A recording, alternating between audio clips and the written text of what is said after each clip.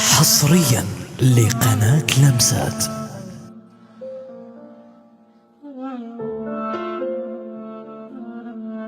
أصبحت المقبرة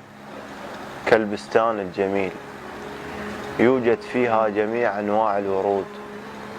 ولأن هذه الورود ورود فإنها ذهبت ولن تعود. فعند دخولي إلى قلب تلك المقبرة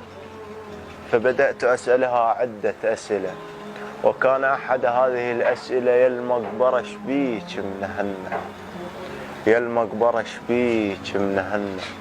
فكأني أسمع الجواب من تلك المقبرة: بي جفوف رادت تلمس الحنة، بي هواي من اللي ينشد عنا، بي كثر رادة وشيلة تنشم، ما كفت خشمهم ريحة الجنة، بي صيحت أمهم ورا التابوت، نزلوا بنعد الهسة أنا قعدنا، من توقع دمعتي في الزعر فنة، يعوف الموت لو بحسين حلفنا، وذا مي الصدق تعبان من دنياه، من بستان صدره خلنا شمنا، بي من الترف يتمايل ويريح، هذول البس عليهم تنجر الونة، بي من الضوى ينفع قمر بالليل، مو كن القمر كن القمر كن، بي تشتهيهم صفحة التاريخ وحديثات عن حبهن يكتبن، بي البت مثل الطاح تنطر شيل، ما نطرت تودع وتبتعد عنا، الجهالة تان فرحة وجية من السوق، ويا محلى السؤال الهاج جبتنا، ويجاوب جبت كل اللعب وياي،